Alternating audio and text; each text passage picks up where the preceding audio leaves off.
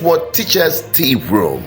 Here, you will learn useful tips on how to teach with Test What textbook to achieve the learning objectives in the curriculum. Join us for today's session on how can the school administrators raise funds for the school. How will the schools raise more money now? We want to give them suggestions. They're looking at us, the administrators. How can they rise up from this level? Yes.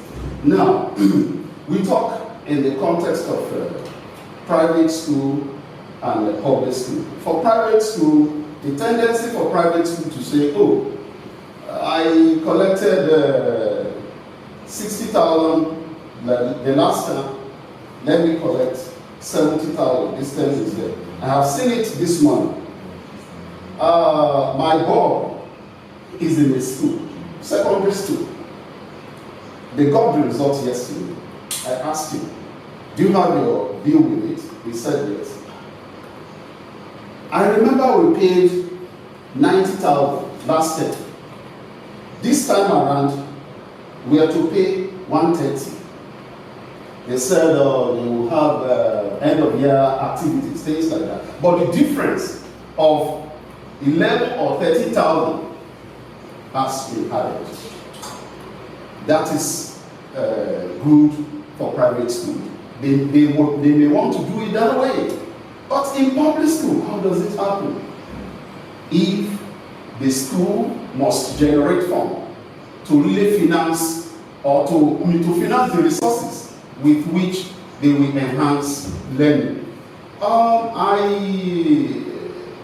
Like I suggested here, that anytime the school administrator will have to plan.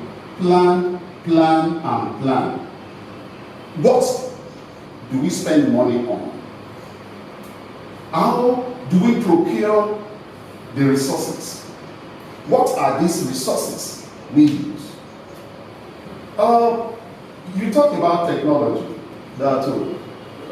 and Dr. Adara too had actually talked about technology so well.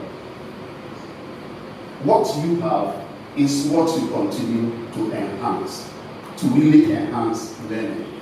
Because at this time, getting money from anybody is not realistic. It is a kind of token that can be secured anywhere. So for me, I feel for the situation in Nigeria now, because when economy is distorted, even those you want to bring money, they are not having their salary as expected. Their businesses are not going as expected. How do they raise money? Then I have preferred a kind of solution, that improvisation. When we improvise, a lot of things that we use, and selflessness is there for head of school, to a very large extent, we are going to get somewhere. Thank you. Yes, I'm going to give it to her. I want to be very precise. You know why I'm throwing these questions out? Because we need to help school managers and administrators. We need to tell them how to write. I have these questions in my head. They're going to come sequentially. Dr. Fadaka, I have some things in my head that I want to talk about, but I'm going to let you talk. How can schools raise money? When she's done, I have something to say. Fine. You know, I said when I said you can reach out to the community. Right. When I say reach out to the community, I'm not talking. I don't talk about just the immediate community. I'm also talking about the larger community. I know nowadays, people are reluctant a bit to give out their money, but there are still some who are passionate about education and will be prepared to give money. It may not be cash. It may not be cash. Students or pupils can be given scholarship. They can also raise funds with them. Some of these people are very creative. when you have Parents' Day or Teachers' Day, whichever day you have, you can bring in what those pupils have done or even made with their hands. And I'm sure parents will be happy to, so my child did this. How much is, even if you call it 20,000 naira? The fact that it is my child that did it, I'll be proud to buy it. That's right. You know? So you can raise funds even with no matter how small it is. Now, when I say you reach out to the community, you can get some philanthropy. You can also use the old students association. We are doing it in our own school. Even in ISL, we do chemistry. I went to Central School in Ibadan. And we are sponsoring some indigenous students. We are improving the infrastructure of the schools. Right. In fact, the old students association should also even be carried along when anything is being done in the school. Fantastic. Thank you. I know that a report was brought to me to write some time ago, and it's about Idia College. And alumni, they're doing so many things for the school. Please bear it in mind, alumni. Okay, before I get into Mr. Deborah, I also want to look at the area of, you see, teaching and learning is like communication. No matter how much you talk, if somebody doesn't understand what you're saying, you're not communicating. So schools must get to the level where they know how to work and use the PTA. PTA is a strong body that can do enormous things for the school if you know what to do.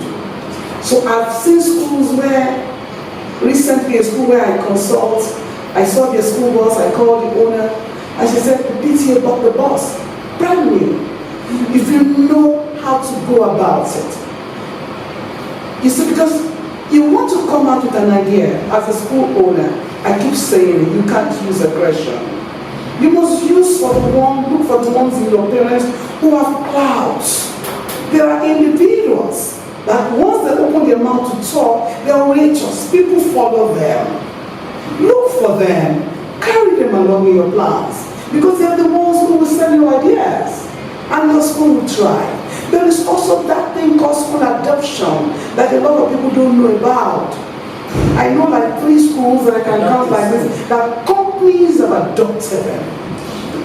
And they have what they give them every time. You see, it doesn't have to be cash. But if somebody is telling you, I'll do up your language lab, I'll do up your chemistry lab, they're investing heavily. So you don't have to stay broke. I'm talking about this because when the school doesn't have money, you're talking about enhanced teaching. Enhanced teaching has a lot to do. The teacher needs facility teaching because the school must be there.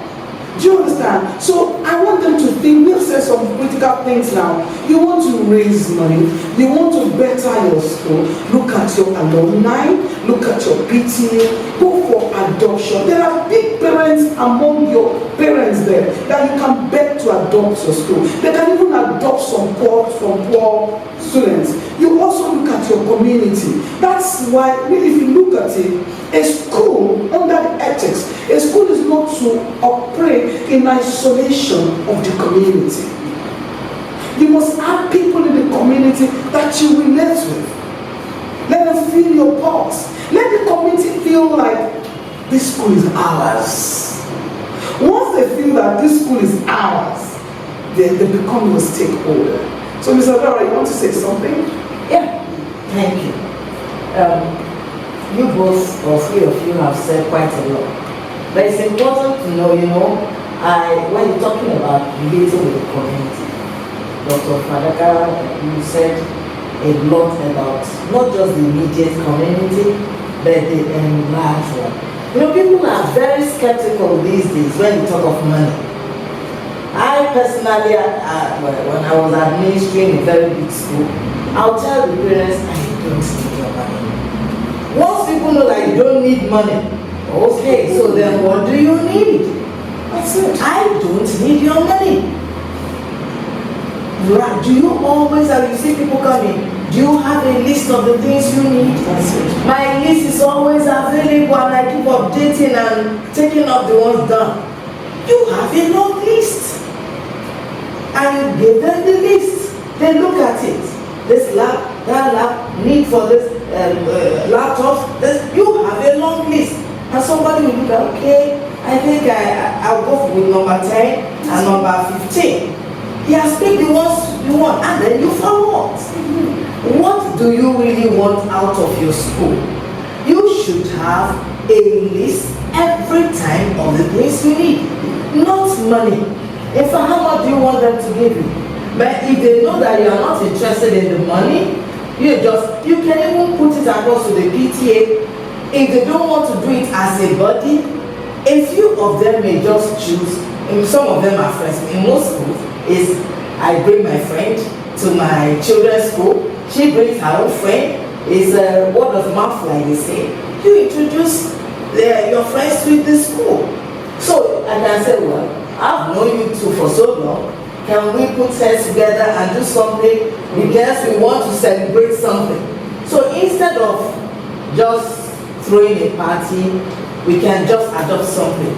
And like I tell the parents, if you come as a company, you want to build a lab for my school, and you put it there, your company name, what does it do? I mean, put the name if you so desire. As long as the content, the building and the content enhances the quality of the school.